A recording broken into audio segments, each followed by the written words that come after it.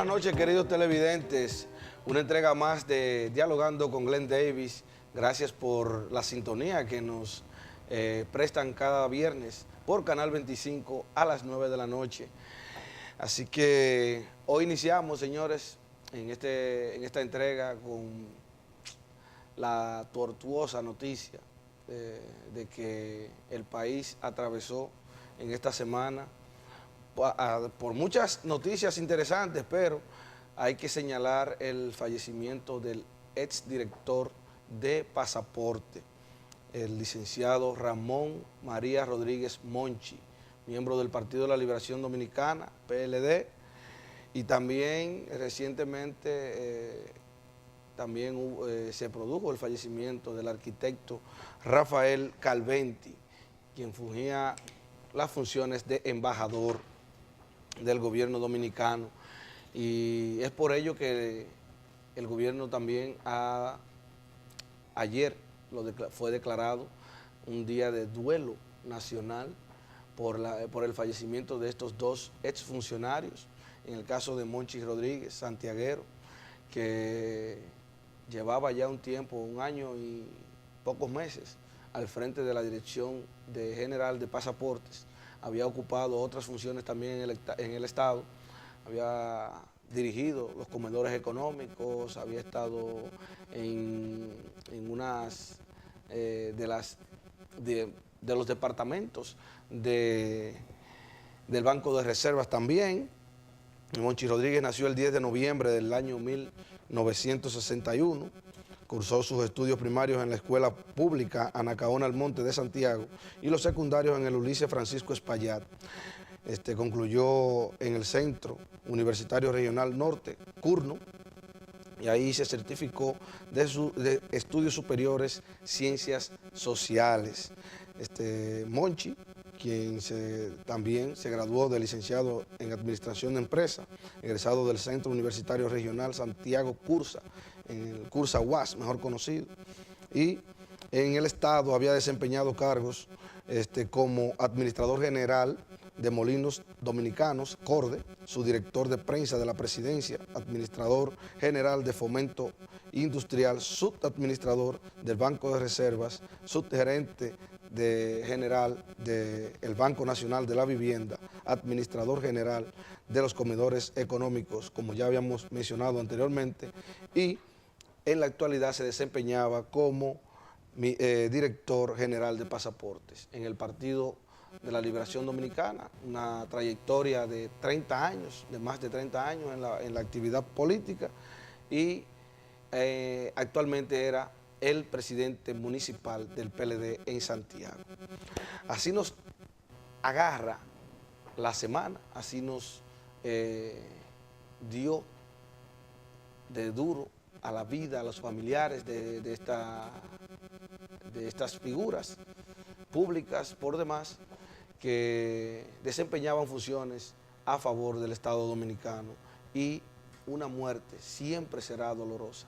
Lo que nunca puede lograr el ser humano cuando pierde un ser querido es soportar toda una vida, vivir sin la presencia de ese ser. Pero la vida sigue, como dicen, señores, nosotros tenemos que continuar. A sus familiares la mayor de las solidaridades con ellos. En el día de hoy tenemos un contenido muy interesante. A continuación estarán con nosotros Felipe Vallejos, que es consultor en asuntos públicos y estratega de comunicación. Nos estará comentando sobre el tema de la semana, la entrevista del presidente el pasado domingo en un programa de televisión de esta planta televisora Color Visión, hermana del Canal 25, y también sobre la encuesta que tanto revuelo ha causado desde el lunes. Nuestro invitado especial, Miguel Seara Hatton, economista, a continuación.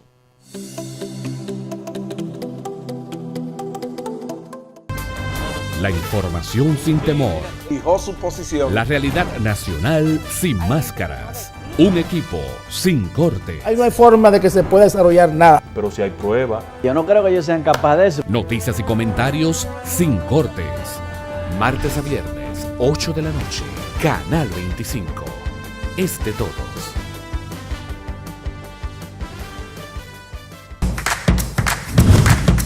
Este es uno de los centros más modernos y más grandes que tiene la comunidad ahora mismo. Impacta a la comunidad en un 100%. En los gobiernos del presidente Medina, la provincia de Santo Domingo ha recibido 3.451 nuevas aulas con un impacto extraordinario en la economía familiar. La madre soltera y los padres trabajan en su mayoría. Ellos van a tener la oportunidad de que estén aquí desde las 8 de la mañana hasta las 4 de la tarde. Los estudiantes reciben clases, uniformes y alimentación en jornada escolar extendida completamente gratis. Este centro se ha dedicado a preparar jóvenes y estudiantes para un futuro mejor. Muchas personas quisieran estudiar aquí por la gran educación que tiene. La finalidad es tener un sistema cabalmente incluyente y con calidad, pues como ha manifestado el presidente Danilo Medina, la educación es el otro nombre de la libertad. Ministerio de Educación.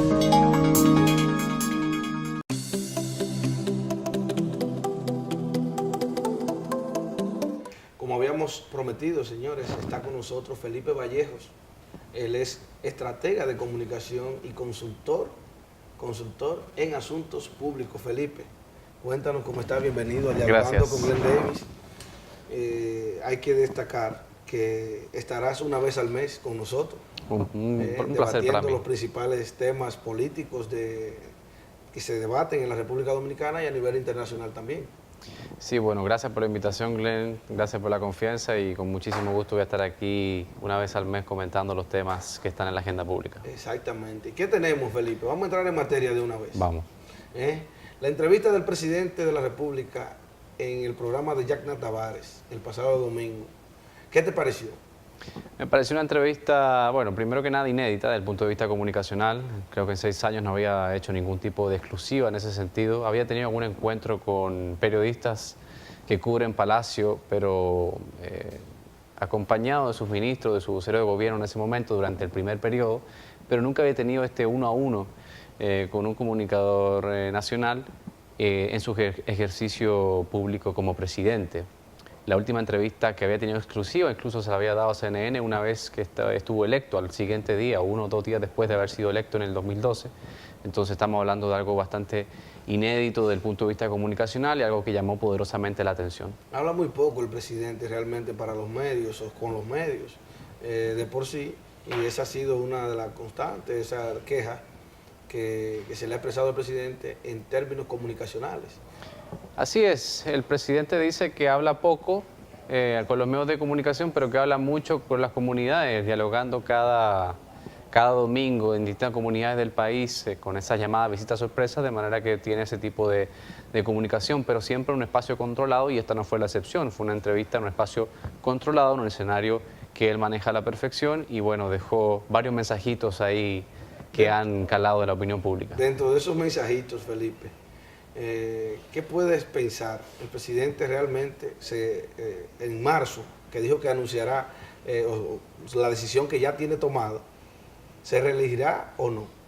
Bueno, primero dijo marzo, después habló de julio, entonces no tuvo un mes específico. También reveló algo que no sabíamos, que el PLD había decidido hablar el próximo año sobre ese tema de la reelección. Pero eso fue desmentido esta semana por Franklin Almeida. Bueno, cada cual tendrá su agenda dentro del PLD, pero lo que dictamina el presidente obviamente es una agenda que hay que tomar en cuenta porque es el presidente de la República y por ende controla grandes esferas de poder, incluido al PLD, y lo ha demostrado una y otra vez. Pero el tema de la reelección es un tema interesante porque citó la ley de partidos políticos que se aprobó y promulgó recientemente, pero hay que recordar también que existe una constitución que está por encima de la ley de partidos políticos y que hay un artículo transitorio que le prohíbe al actual presidente postular a un nuevo periodo en el año 2020. Por tanto, creo que más que decisión está estirando el momento para poder seguir capitalizando la influencia que tiene el poder propio que le da a su cargo de presidente y poder estipular o poder moldear el escenario electoral de cara a las primarias de octubre del 2019 y las 3 o 2, o al menos 2 torneos electorales que se llevarán a cabo en el 2020, en febrero en las elecciones para alcalde y en mayo las presidenciales y congresuales. Por tanto, creo que es una táctica interesante para no quedar como un pato cojo, como se conoce popularmente, el que un presidente ya esté encaminado a la salida del poder y obviamente se le comiencen a diluir los aliados, la influencia, lo que puede hacer en sus 2 años, porque recordemos, le queda el 50% de esta gestión presidencial, por tanto, comenzar a decir desde ya que no hay ninguna posibilidad de buscar la reelección o qué va a hacer efectivamente el presidente, a quién va a señalar como su elegido, como candidato interno del PLD, pues es muy temprano y en ese sentido es bastante estratégico de su parte. ¿Tú crees que él elija a uno de sus cercanos para competir, en este caso con el expresidente Fernández, que ha dado muestra de que no hay marcha atrás con su proyecto? Creo que efectivamente necesita haber un acuerdo interno del PLD, el PLD unido tiene grandes posibilidades de seguir en el poder, un PLD desunido es el escenario ideal para partidos como el PRM, donde obviamente es el partido más importante de la oposición, el PRD está completamente diluido, aliado al PLD en este momento y por tanto no creo que tenga la fuerza ni la estructura, ni el impulso ni el candidato para poder llegar a tener un tipo de oportunidad en el escenario presidencial. Por tanto, creo que hay 2 escenarios muy claros, muy concretos. Por un lado está el PLD dividido, fragmentado, ya sea porque Danilo Medina, el presidente Medina, quiera imponerse con una tercera reelección, con una segunda reelección, tercer periodo consecutivo, o bien llegar a algún tipo de acuerdo con el candidato que más posibilidades tiene realmente de mantener el poder para los intereses del PLD, que es el expresidente Leonel Fernández. Por tanto, creo que esos 2 escenarios estamos vislumbrando. Obviamente, el escenario que más conviene al PRM en este caso es que el PLD se fragmente, lo que no ha ocurrido en los últimos años, pero obviamente por un tema de que ha mantenido el poder. Una vez el PRD bajó del poder en el 2004, comenzaron las rencillas internas y se fragmentó ya de manera definitiva en las primarias del año 2012. Creo que el PLD tiene la oportunidad de seguir demostrando su fortaleza, pero vamos a ver cuánto cede cada sector para que esto pueda ocurrir. La encuesta, la tan cacareada encuesta de esta semana. Bueno, en un clima y en un ambiente electoral a nivel de Latinoamérica, donde las encuestas tienen bastante poca credibilidad, han perdido mucho peso porque se han convertido en especie de bocinas de los intereses a los cuales representan y por tanto... Las encuestas se han convertido en una especie de bocinas. En una perspectiva general latinoamericana, las encuestas no han dado en el número exacto o en un número cercano a lo que finalmente ha resultado en contiendas muy cerradas, en contiendas donde ya el ganador está ampliamente definido, como fue el caso de México con López Obrador, era básicamente adivinar de cuánto estábamos hablando con que iba a ganar en el escenario electoral, pero en contiendas cerradas, en elecciones que están muy peleadas, pues entonces ahí se convierte en algo difícil de sortear. Y las encuestas, dependiendo a qué interés representen o quién las mande a publicar, entonces van a salir números bastante llamativos. Pero me parece que del lado del PRM, Luis Abinader está muy bien encaminado, ha hecho un trabajo extraordinario. Recordemos que Luis Abinader fue candidato a la vicepresidencia en el año 2012 y ha hecho un recorrido importante de oposición y creo que esa lo va a capitalizar en unas primarias internas tentativamente dentro del PRM para ser el candidato a la presidencia de ese conglomerado y en el caso del PLD, bueno, estamos a la espera de marzo, de junio, de julio, cuando sea que el PLD vuelva a reunirse a tratar el tema de quién va a ser su candidato y como bien dijo el presidente Medina, nos vamos a pelear, nos podemos sentir contrariados, pero cuando elijamos un candidato, definitivamente que todos vamos a respaldar a esa persona. Pero mira qué bien, entonces, es cierto entonces que el alcalde del distrito está por encima de Hipólito Mejía. No sé si es cierto o no, me parece sorprendente el número que ha sacado David Collado, se suma a un estudio que no se identificó la empresa ni a cuántas personas se encuestaron, apareció en un periódico Circulación Nacional hace unas 2 semanas, donde David Collado salía puntero, salía como uno de los políticos mejor valorados. Fue un diputado durante algunos años y alcalde hace algún tiempo, de manera que me sorprende realmente. El nivel de rechazo de Hipólito Mejía es real, un nivel de rechazo propio de un expresidente, de un candidato de las últimas elecciones y recordemos que la última primaria Luis Abinader le ganó de manera aplastante Y bueno, lo intentará una vez más, esperando a ver qué pasa con el PLD, y a un expresidente que tiene el conocimiento, tiene la experiencia, y además recordemos, por encima de las cosas, para ser presidente de la República, uno de los grandes requisitos es tener el nivel de conocimiento a nivel nacional de la población, que uno vaya al Ceibo, que vaya a Dajabón, al sur profundo, y en todos lados efectivamente te conozcan. Es uno de los grandes requisitos para poder aspirar a la presidencia y tener una oportunidad real de ganar. En el caso del PLD, ahí vimos que no salieron ni siquiera en las mediciones algunos de los que andan recorriendo el país. Vimos que solamente salió Domínguez Brito y ya los demás, por ejemplo, el presidente no está corriendo porque es el presidente de la República, pero Leonel Fernández y Margarita, bueno, Margarita tampoco está corriendo, pero sí salen en la encuesta. Salen por el nivel... No salen Amarante, no sale Reinaldo. Salen por el nivel de exposición que tienen, por el nivel de conocimiento que hay en el público, en el electorado de estas figuras políticas. Tienen años gravitando en el escenario público, por tanto, por una u otra razón van a salir en las preferencias, especialmente dentro de quienes se identifican con el PLD. Por tanto, aquí hay tres figuras preponderantes dentro del Partido de la Liberación Dominicana como potenciales candidatos: Leonel Fernández, Margarita Cedeño y quien está constitucionalmente inhabilitado, que es el presidente Medina. Bueno, Felipe, entonces yo pienso que está bien por hoy. Sí, señor, continuamos. Entonces, nos veremos en la próxima. Ya creo que la población a partir de ahora te estará esperando para que vengas a dialogar un poquito con Glenn Davis y toda la audiencia del programa. Será un placer. Gracias, Glenn. A ustedes no se queden, no se pierdan, que aún hay más en Dialogando con Glenn Davis.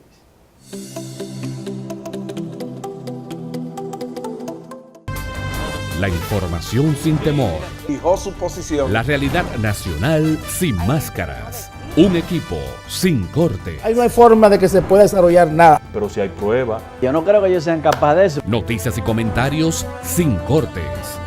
Martes a viernes, 8 de la noche. Canal 25. Es de todos.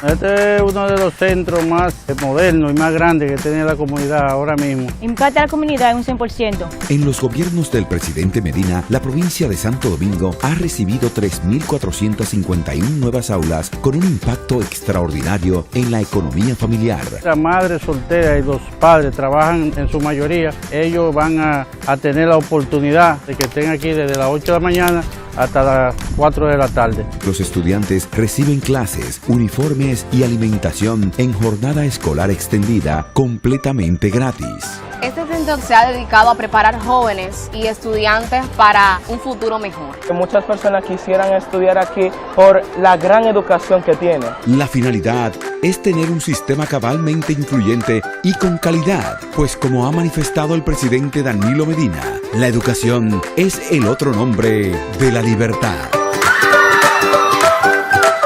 Ministerio de Educación. Un informativo diferente y dinámico, sino también el sector privado, en el que Amaury Reina tiene la autoridad en el Partido Reformista y Félix Lajara el derecho a la salud o el derecho a la sindicalización. Analizan el acontecer nacional e internacional. Para beneficiarse más del gobierno que cualquier ministerio. Y no solamente con el servicio de agua. Al filo. Una institución del Estado. una sola ley que se cumpla. De quien haya sido dueño en un presupuesto. Compromiso de apoyar a los jóvenes. Todos los domingos, 11 de la mañana, Canal 25.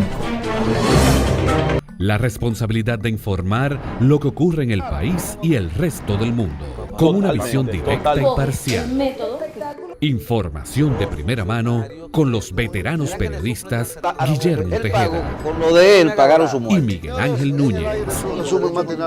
Infórmate primero con nosotros. Acompáñanos desde las 7 de la mañana, de lunes a jueves. Canal 25 es de todos.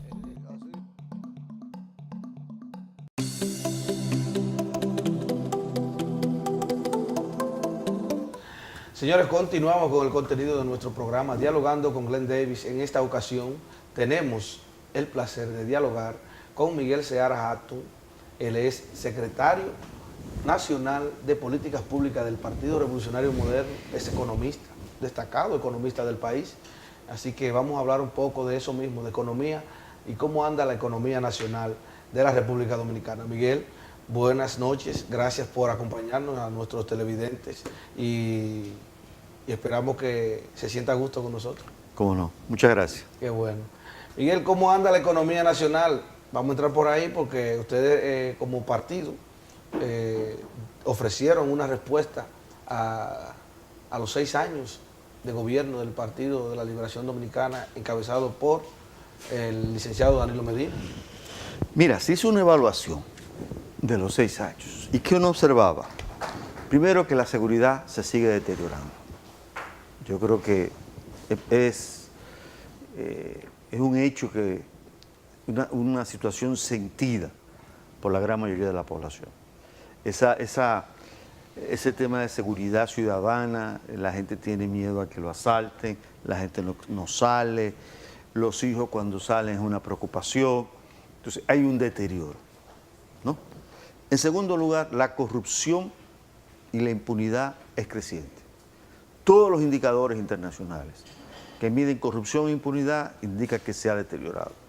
El Banco Mundial, por ejemplo, sitúa a la República Dominicana en los últimos años, 10 años, en una situación en donde el control de la corrupción se va deteriorando año tras año. De hecho, en América Latina creo que solamente Venezuela está situada en una peor posición que la República Dominicana. O sea, eso es una situación terrible. A esto se le asocia la impunidad. La impunidad es la forma más aberrante de inequidad social. Porque si un ciudadano ve que un funcionario público hace algo mal hecho y no le pasa nada, pues con mucha razón va a decir, bueno, pues yo puedo hacer lo mismo. Entonces eso crea una secuencia de hechos de impunidad más inseguridad ciudadana, refuerza a la impunidad, etc. Y sigue así ese proceso. El ingreso no alcanza, hay mediciones que te indican que el ingreso no alcanza, alrededor del más del 60% de la población recibe un ingreso menor a 20,000 pesos mensuales. El costo de la canasta familiar se ha encarecido alrededor de 5,000 pesos en los últimos 6 años. Entonces hay un deterioro en esa cifra. Además, el tema del empleo es uno de los temas más complicados de la economía dominicana, porque lo que ocurre es que si bien se han creado, la economía ha generado alrededor de 100,000 empleos anuales, la cantidad de personas que ingresa al mercado de trabajo es igual a los empleos que se crean. Entonces, por eso es que la tasa de desempleo no baja, y registrando una tasa de crecimiento del 6%. O sea, que si hay 100,000 puestos de empleos nuevos y entraron al mercado de trabajo 100,000 empleados. Sí. Entonces, los que estaban desempleados no encuentran empleo. Eso, obviamente, la gente se mueve, ¿no? Pero, sí, pero no todo, el total, el balance. Pero todo depende, porque y si esos 100,000 no estaban empleados. No. Hay 14% de desempleo. Ajá. El balance es que entran 100 y se emplean 100. Y el balance sigue siendo 14% de desempleo. No se reduce la tasa de desempleo en la economía dominicana. Entonces, ¿cómo la vamos a reducir? No, eso es otro problema, que hay que resolverlo, que todavía no se ha podido resolver. Y de hecho, la mayor cantidad de empleo que se han generado se crea en el sector informal. Y eso implica un empleo de mala calidad, de bajo salario. ¿No? Muy bajo salario. De muy bajo salario. ¿No? La situación de salud que vive el país está en crisis. La tasa de mortalidad no se reduce, al contrario, se ha deteriorado. La tasa de mortalidad de los menores de 5 años. La tasa de mortalidad de los menores de 5 años es un indicador de resultado, porque refleja el efecto de todas las políticas sociales, económicas, institucionales. Perdón. Porque el niño depende, un niño de 5 años depende del entorno, del nivel educativo de los padres. O sea, todo se refleja en el caso de ese indicador. Y ese indicador no mejora en la República Dominicana. Seguimos estando en el tercer, cuarto lugar peor colocado de América Latina en el transcurso de los últimos años.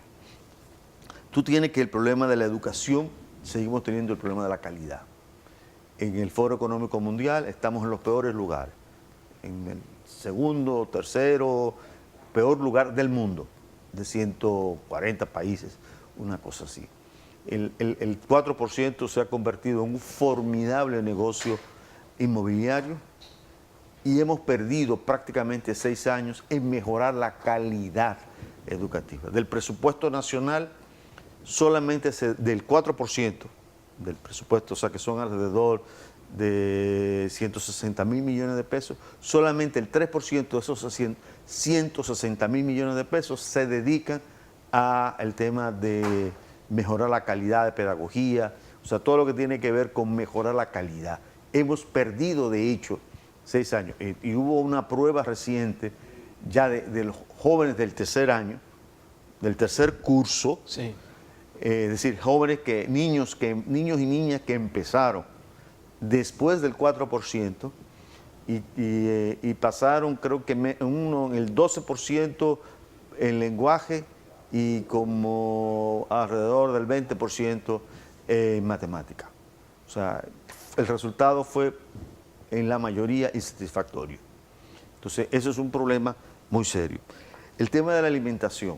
Hay mediciones que te muestran que en la República Dominicana es el país de América Latina donde una mayor proporción de la población ha dicho que la comida no le alcanza, que tiene problemas para alimentarse, ¿no? A pesar del 6% de crecimiento. Bueno, pero entonces en ese caso lo que tenemos que hacer es abogar para que se aumente la calidad de la comida y que se empleen. No le da el dinero. El problema es que no le da el dinero. Pero ¿cómo no le va a dar? Entonces, no le da. Ahí se está dinamizando. En esos dos puntos se está dinamizando la economía nacional y eso no impacta a claro que sí, pero los salarios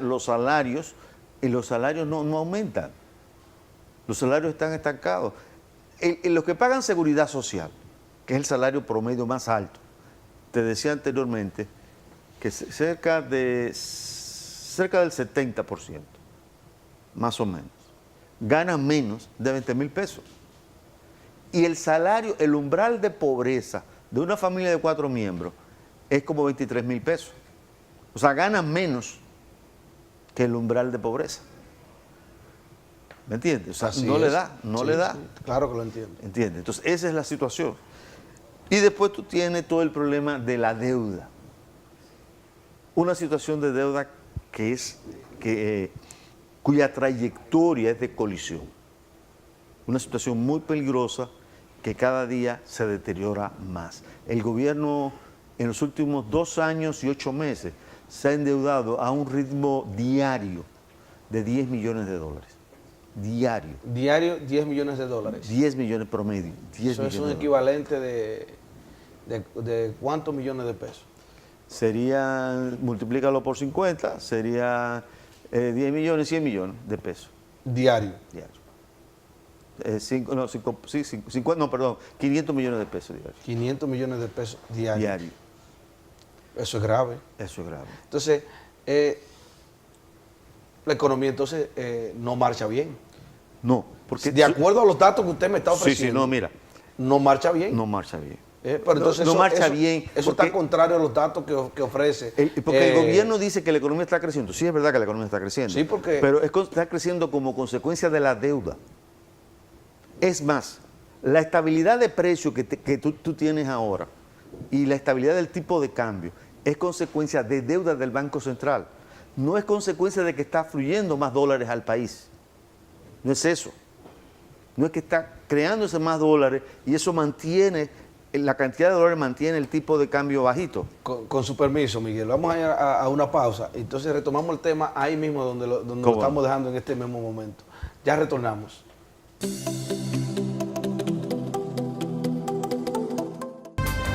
La información sin temor. Fijó su posición. La realidad nacional sin máscaras. Un equipo sin corte. Ahí no hay forma de que se pueda desarrollar nada. Pero si hay prueba. Yo no creo que ellos sean capaces de eso. Noticias y comentarios sin cortes. Martes a viernes, 8 de la noche. Canal 25. Es de todos.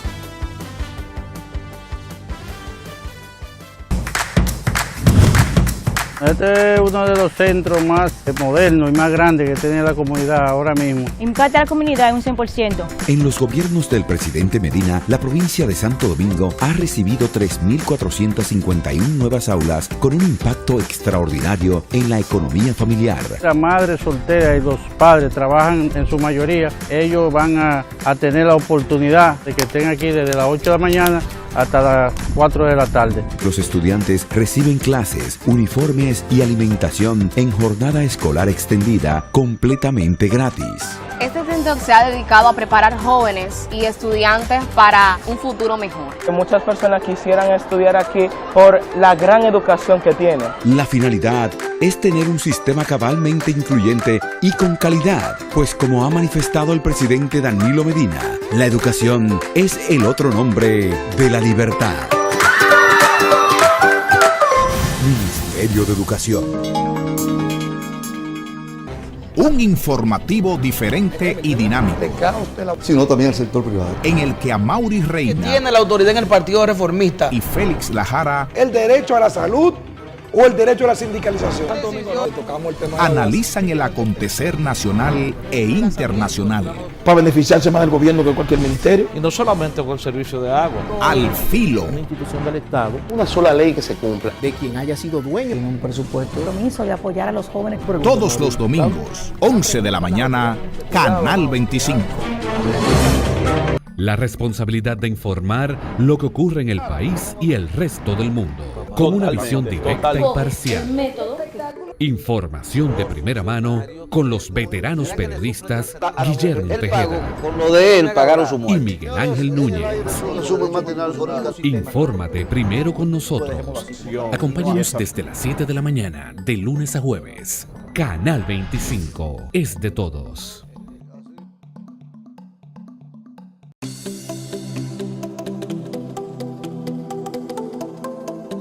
Bien, señores, recuerden que estamos dialogando con Miguel Seara Hatton, destacado economista de la República Dominicana y secretario nacional de Políticas Públicas del PRM. Sí. Miguel, dejamos un tema en el aire, pero acompañado de ese tema, yo quiero que ese aumento, que usted me explique cómo se traduce en los bolsillos de los dominicanos. Ese aumento que dice el Banco Central, que cada año va teniendo la economía de la República Dominicana. Yo te voy a explicar eso, pero yo quiero terminarte una explicación antes del corte. Mira, la estabilidad cambiaria. Tú ves que se está devaluando ligeramente la moneda, ¿no? Usted decía que la economía ha aumentado de acuerdo a la deuda. Sí, pero entender lo que es la estabilidad cambiaria en la inflación. La estabilidad del tipo de cambio, aunque se ha ido devaluando un poquito, es consecuencia no de que haya un flujo permanente y creciente de dólares. Cuando hay muchos zapatos en el mercado, ¿qué le pasa al precio de los zapatos? ¿Que cae o no? Cuando hay muchos zapatos, el precio de los zapatos que cae. Cuando hay muchos dólares que entran en la economía, ¿no? El precio del peso aumenta.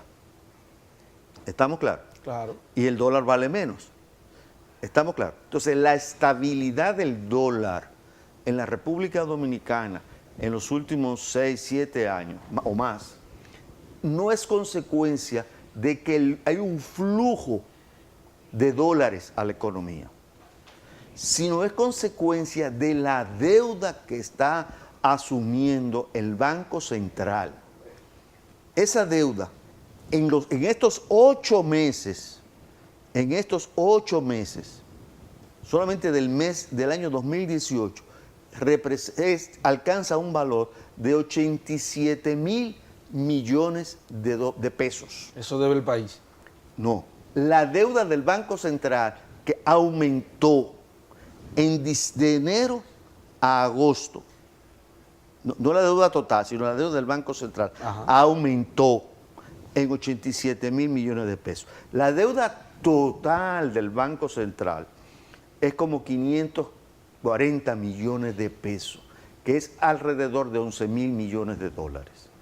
Y si tú pagas el 12% de interés por esa deuda significa un flujo anual de intereses de 67 mil millones de pesos. En otras palabras, que la estabilidad del tipo de cambio desde enero a agosto les ha costado a este país, y digo desde antes, porque tenemos ya desde la crisis desde la del 2006, 2005, ¿no? Eso le ha costado al país como 540 mil millones de pesos. Entonces, en este año particular, en 2018, ya llevamos 80 mil millones de pesos adicionales, 78 mil millones de pesos adicionales que generan, y se va a pagar unos intereses del orden, puede ser que lo varíe un poco, de 67 mil millones de pesos. Ahora, la deuda total de la República Dominicana, la deuda total, está alrededor, es más de la mitad de lo que produce la economía dominicana. Casi llega a 40 mil millones de dólares. Aquí casi nadie se interesa realmente por prestarle atención a esas deudas que contrae primero el país y que a través del Banco Central, esa que ya usted acaba de mencionar. ¿Cómo hace el banco, cómo hace el país para bajar esa deuda? Bueno, el país, el gobierno, la tiene que pagar el gobierno. Sí, pero ¿cómo hace para eso? Bueno, el problema es que cada vez el gobierno tiene que dedicar un porcentaje mayor de los ingresos que recibe a pagar intereses de la deuda. Hoy día, este año... O sea, la deuda no baja, solamente pagamos intereses. No, estamos pagando capital. No podemos pagar... perdón. El capital lo pagamos con nueva deuda. Y tenemos que pagar los intereses. Pero ¿qué resulta? Que el dinero que tenemos, el ahorro que se genera en la economía para pagar interés, no da. Y por lo tanto tenemos que endeudarnos, no solamente para pagar el capital, sino para pagar los intereses. Es como si yo, es lo que se llama un esquema Ponzi, una pirámide. Estoy pagando intereses con nueva deuda, ¿entiendes? Y eso te está llevando a una situación de colisión. Sí, ¿y cómo la bajamos? Eso es lo que nuestros televidentes quieren escuchar. Tú tienes que hacer 4 cosas. ¿Cómo la bajamos? Primero, tú tienes que resolver el problema de la impunidad y la corrupción. ¿Por qué? Porque ningún ciudadano le va a dar un centavo más a un gobierno donde se produce un reino de la impunidad. Con deuda, Odebrecht se pagó con deuda. Los temas de las nóminas, nominillas, eso es deuda. ¿Me entiendes? O sea, hay un caos en la estructura de gasto. Entonces, lo primero que hay que hacer es resolver el problema de la impunidad para que el Estado tenga credibilidad. Lo segundo es mejorar la calidad del gasto. ¿Qué significa mejorar la calidad del gasto? Dejar de gastar donde no se necesita y empezar a gastar donde se necesita. ¿Cómo cuáles? Por ejemplo, tú puedes tener una botella en un consulado. Una botella, en términos populares, es una persona cobrando sin trabajar. Sin trabajar. Ok, vamos. Ok. O tú coges ese dinero y lo metes en seguridad ciudadana. ¿Qué quiere este país? Seguridad ciudadana. ¿Me entiendes? ¿Qué quiere este país? Que limpien los canales de riego. Necesita presas. ¿Me entiendes? O sea, hay una serie de necesidades, hospitales, terminal. ¿Tú te imaginas la locura de intervenir 50 hospitales al mismo tiempo? y colapsar el sistema de salud. Y ahora no hay dinero para resolver el problema. Porque todo el sistema está colapsado. Pero lo están entregando los hospitales. Bueno, pero no están funcionando. Tú lo ves todos los días en la prensa, ¿no? Entonces, es gastar donde no debes para gastar donde debes. El tercer elemento, eso te mejora la calidad del gasto y te legitima como gobierno. El tercer elemento tiene que ver con que reducir el déficit del gobierno. El gobierno tiene un déficit desde el año 2008 y no hay forma en que se cierre esa brecha entre ingresos y gastos públicos. Ahora, ¿cómo cerrarlo? Bueno, no es aconsejable reducir el nivel de gasto, porque eso implica recesión y además hay que gastar mejor. Lo que hay que hacer es reducir la tasa de crecimiento del gasto. ¿De qué manera? Sabemos que empíricamente se sabe que en promedio los ingresos del gobierno crecen en un 10% cada año. Los ingresos del gobierno. Ahí están por vegetativo. Ahí están los impuestos. Los impuestos, básicamente. Que nos cobra la DGI. Exactamente. Crece en un 10%. Entonces, el gasto debería crecer a la mitad. De manera tal que en un periodo de 4 o 5 años, se pueda corregir la situación del déficit. Y esas recaudaciones que se hacen a través de la DGI no pueden ser utilizadas, ese dinero, para bajar esas deudas. No le da. Porque el nivel de gasto sigue creciendo, el nivel de gasto crece a la misma velocidad y crece un poquito más que la velocidad con que crece el dinero de los impuestos. Están creciendo al mismo ritmo. Entonces lo que hay que hacer es bajar el gasto, el ritmo de crecimiento. No estoy hablando de que el nivel de gasto no es votar más gente, no es votar, sino ¿qué necesitamos? ¿Un policía o una botella de Nueva York? En la ONU, por ejemplo. Obviamente necesitamos tener un policía porque tenemos problemas de seguridad ciudadana aquí. ¿Qué necesitamos? ¿Un médico trabajando o una botella? ¿Me entiendes? Eso es lo que tenemos que resolver. Entonces, resolviendo eso, la velocidad, hay que reducir la velocidad del gasto, no el nivel de gasto. Y eso garantizaría que en un promedio de 4 años, alrededor del 2024, 2023, se pueda corregir el déficit si empezamos ahora. ¿No? Un tercer criterio importante, un cuarto criterio.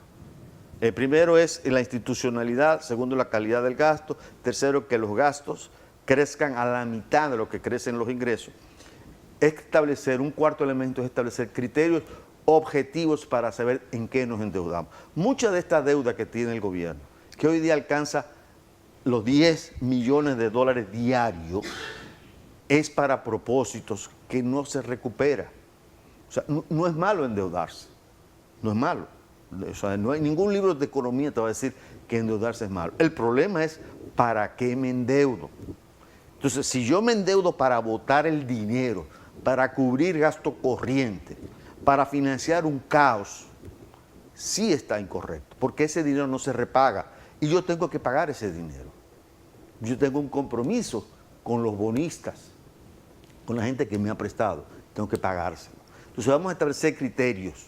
¿Para qué me voy a endeudar? Un criterio es decir, bueno, no me voy a endeudar para gastos corrientes, ¿no? Para pagar salario, sueldo. O sea, solamente me voy a endeudar para aquellas actividades que me generen una devolución, que me generen una actividad económica, un movimiento en la economía de manera tal que de alguna forma se pague esa deuda. Y eso se mide, eso no te estoy diciendo nada fuera de lo normal para cualquier economista eso se puede medir perfectamente. Todavía no me ha respondido la pregunta de cómo se traduce el crecimiento que nos dice el Banco Central que ha tenido la economía. No, el problema es que no lo va a traducir. En los bolsillos de los dominicanos. El problema es que no te lo va a traducir. Si esa es la tragedia del pueblo dominicano y del crecimiento. Esa es la paradoja del crecimiento económico en la República Dominicana. Que no se traduce en los bolsillos. No se traduce por el modelo de crecimiento. Ese modelo de crecimiento que hemos tenido, ¿en qué se basa? Bueno, ahora se basa en deuda. te lo está sosteniendo. Pero la principal fuente de competitividad de la economía dominicana son los bajos salarios. Nosotros decimos, somos lo que exportamos sobre la base, en promedio, en la economía, de bajos salarios, ¿no? Y además es un modelo que genera poco empleo. La única forma que tiene la población de recibir los beneficios directos del crecimiento económico es sobre la base de que tener empleo y tener buenos empleos bien pagos. Ninguna de las dos cosas se da en la economía dominicana. Entonces hay una brecha y de hecho aumenta la productividad por persona empleada, pero lo que recibe esa persona como salario, esa brecha se va ampliando en la economía dominicana. ¿Me entiendes? Entonces, sí, claro. Por esa razón es que el crecimiento no se ve en la gente. A eso agrégale además el gasto público, lo que se llama el salario social, ¿no? Tú en tu casa seguramente tú tienes o un inversor o una planta. O sea, tú tienes que tener un costo adicional para resolver el problema de electricidad, lo que se supone que el Estado debe dar. Probablemente tus hijos van a escuelas privadas, ¿no? A pesar de que tú pagas impuestos y la calidad de la escuela pública no es suficiente. Entonces, hay una serie de costos adicionales que tiene la población por la mala institucionalidad, por la baja calidad de los servicios públicos. Perfecto, Miguel. Vamos a ir a una última pausa y retornamos con la parte final de nuestro programa.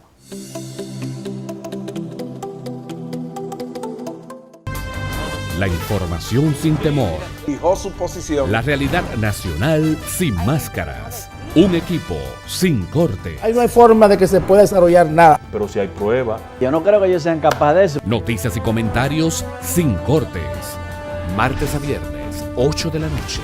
Canal 25. Es de todos. Un informativo diferente y dinámico.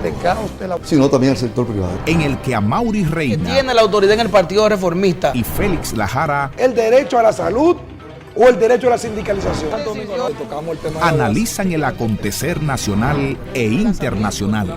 Para beneficiarse más del gobierno que cualquier ministerio. Y no solamente con el servicio de agua. Al filo. Una institución del Estado. Una sola ley que se cumpla. De quien haya sido dueño en un presupuesto. El compromiso de apoyar a los jóvenes. Todos los domingos, 11 de la mañana, Canal 25. La responsabilidad de informar lo que ocurre en el país y el resto del mundo. Con una visión directa y parcial. Información de primera mano con los veteranos periodistas Guillermo Tejeda. Con lo de él pagaron su muerte. Y Miguel Ángel Núñez. Infórmate primero con nosotros. Acompáñanos desde las 7 de la mañana, de lunes a jueves. Canal 25 es de todos.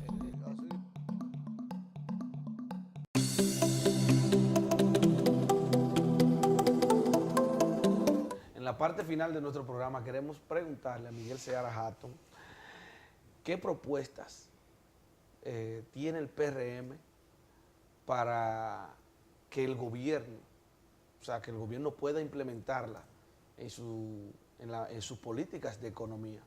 Sí, yo te dije que el problema fundamental que el país tiene ahora mismo es el tema de la deuda. Sí. Que si eso no se resuelve... ¿Cómo resolvemos ese tema? ¿Cómo ¿qué le plantean ustedes al gobierno para contraer esas deudas, o sea, para contrarrestar esas deudas? Ok, si eso no se resuelve, vamos a llegar a una situación de colisión. ¿Y qué significa una situación de colisión? Que no nos van a seguir prestando. La República Dominicana ha vivido dos periodos así, dos momentos, en el 85 y en 1990. En el 85 fue por la crisis de América Latina. El 18 de agosto de 1982 se declaró la moratoria de deuda en México y se cerró el crédito. Y en el caso del año 90 fue por los atrasos que llegó el gobierno de deuda, alrededor de la tercera parte o la cuarta parte de la deuda, eran 1.500 millones de dólares en ese momento, eran atrasos. Y eso provocó la escasez. La gente que tiene más edad seguramente se acordará la escasez que vivimos en el año de 1990. Entonces lo que hay que hacer es evitar llegar a esa situación de colisión, de ajuste de mercado, como está sucediendo en Puerto Rico, como sucedió en Grecia, como sucedió en España y como ocurrió aquí en el 90 y en 1985. Lo que yo te decía anteriormente la respuesta son esas 4 políticas.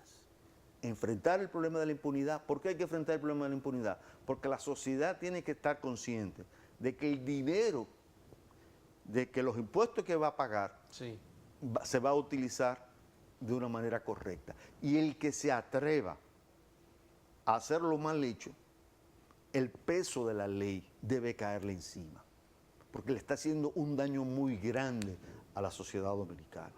En segundo lugar, como te decía, mejorar la calidad del gasto. Si nosotros mejoramos la calidad del gasto, podemos redireccionar, o colocar mejor alrededor de 140.000 millones de pesos. ¿Y por qué no le han presentado esa propuesta? Lo hemos hecho, se ha hecho. Pero formal. Sí, claro. O sea, porque se hizo una propuesta. El problema que tenemos se hizo una propuesta. En la democracia nuestra no se estila que el partido de gobierno y el principal partido de oposición se reúnan a discutir estos temas. Porque yo veo muy bien esa propuesta que usted plantea, pero o sea, el PRM como oposición debería presentársela al gobierno y ya si el gobierno no la asume, bueno, pues esos son otros temas. Mira, pero ustedes como oposición ante la sociedad estarían cumpliendo. Nosotros revisamos casi 8.000 líneas de gasto. 8.000 líneas de gasto, una por una. Y se lo presentamos al gobierno. Y el gobierno que dijo que teníamos que estudiar economía. Eso fue lo que me dijo. El gobierno lo envió a usted a estudiar en la universidad. Yo con mucho gusto, yo no tengo problema con estudiar. No. Yo he sido toda mi vida profesor de economía y soy investigador y vivo de la academia y de la docencia. Pero ¿y qué funcionario fue ese que lo mandó a estudiar? Peralta. Yo no sé dónde estudió la economía. El ministro Peralta lo mandó a estudiar economía. Sí, él dijo que fuéramos a estudiar economía. Yo no sé dónde estudió economía él. Yo no sé qué estudió, de hecho. Pero bueno, seguramente habrá estudiado administración, no sé. Sí, yo creo que es administración, creo que es administración. Sí, bueno, entonces lo que pasa es que, ¿qué ocurriría? Bueno, que se verían obligados a revisar la estructura de gasto. Yo creo que educación, por ejemplo, necesita hacerse una auditoría clara para gastarse mejor. Hay que gastar mejor. Y mientras el gobierno no gaste mejor, mira, nadie le va a dar un centavo más de impuestos. No tiene ninguna legitimidad para cobrar un centavo más. Entonces, eso es lo primero. Después hay que trabajar una política productiva que tome en cuenta 3 elementos: empleos, divisas y territorio. Empleo porque es el problema central de esta economía. Esta economía tiene una serie de costos de ineficiencia. El problema eléctrico no se resuelve. Y el problema eléctrico no es un problema tecnológico, es un problema institucional. No se sabe cuánto va a costar esa planta de Punta Catalina, 2.800. Ha sido una dificultad poder venderla al sector privado, porque la sociedad dominicana entiende que ahí no hay transparencia para saber el costo real de esa energía. ¿Me entiendes? Entonces, tú tienes que eso es un costo para la sociedad dominicana. El tema de las tasas de interés, el costo de transporte, o sea, el caos institucional, las filtraciones institucionales, las leyes que existen y que no se aplican, eso tiene un costo y alguien lo paga. ¿Quién lo paga? El salario. El salario es el único precio de ajuste de la economía. Todo sube, menos el salario. O sea, eso hay que resolverlo y hay que revisar esa estructura de costos. Entonces, eso es lo primero, crear actividad económica que genere empleos, ¿no? En segundo lugar, que genere divisas, porque el Banco Central no se puede seguir endeudando. Al final de cuentas, el dinero de deuda que genera el Banco Central implica que es el gobierno que va a pagar los intereses. Pero ¿por qué las empresas privadas no, tienen tanto tiempo que no hacen un reajuste salarial? Por eso, porque todos los costos de ineficiencia de la economía dominicana lo paga el salario. El salario es el único precio de ajuste. Porque aquí recientemente, hace unos meses, se aprobó, pero eso, ¿quién supervisó si eso se aplicó realmente? Sí, no, pero o sea, porque todo fue una parafernaria en los medios de comunicación, con las demandas, primero con las demandas, pero con las mesas de reuniones y cosas, pero el empresariado realmente, históricamente, se ha negado a pagar buenos salarios. Porque no es competitivo. O sea, el salario, lo que ocurre es que en la República Dominicana, te repito, hay una serie de costos que no son transparentes y que hay que hacerlos transparentes, porque hay que atacar esas fuentes de costos. La corrupción o la ineficiencia del Estado, el hecho de que existan 3 instituciones del Estado, 4, 5, 6, haciendo lo mismo, eso es costos. ¿Y quién lo va a pagar? ¿De dónde va a salir ese dinero? Eso hay que pagarlo de algún lado. Entonces, ¿de dónde lo pagan? Bueno, todos los demás precios se ajustan, menos el salario. Entonces tú tienes, primero, empleo, ¿no? En segundo lugar, generar divisas. Esta economía necesita generar divisas. Esta economía necesita parar ese motor de deuda que es el Banco Central, porque esos intereses los paga el gobierno. Y pagar ese dinero es quitarle dinero al desarrollo. La estabilidad de hoy la voy a pagar mañana con calidad de vida. Y el tercer elemento importante en todo esto es que haya una inversión pareja en el territorio. Un dominicano que vive en Villa Altagracia, o en Villa González, o en Manzanillo, o en Samaná, o en el Naco, debe tener las mismas oportunidades. Las oportunidades deben crearse en el lugar donde viva la gente. Entonces, hay que tener una estrategia que tome en cuenta empleo, generación de divisas y territorio. Sobre esa base es que debemos reestructurar, y reestructurar la economía y la actividad económica con 2 grandes ejes. Primero, la innovación. La innovación es tecnológica. ¿La innovación en qué sentido? Reorganizar, ser más eficiente. Y la innovación tiene 2 dimensiones. Una dimensión que es innovación tecnológica, pero otra dimensión que es organizacional. Muchos de los problemas, ¿tú crees que el problema del transporte de la República Dominicana, ese problema, ese caos de transporte que vivimos, es un problema tecnológico, es un problema institucional, es un problema de organización, es un problema de que se cumplan las leyes? ¿Entiendes? Entonces, si no resolvemos ese tipo de problemas, no vamos a resolver los problemas vinculados con la calidad de vida de la gente. Muchas gracias. Gracias por venir a dialogar con nosotros, a dialogar con todos los televidentes de nuestro programa. Las puertas seguirán abiertas para que en otro momento usted venga también a dialogar con Glenn Davis y todos los televidentes. Muchas gracias. A ustedes, recordarles que el próximo viernes la cita es aquí, Canal 25, a las 9 de la noche, una entrega más de Dialogando con Glenn Davis. Buen fin de semana.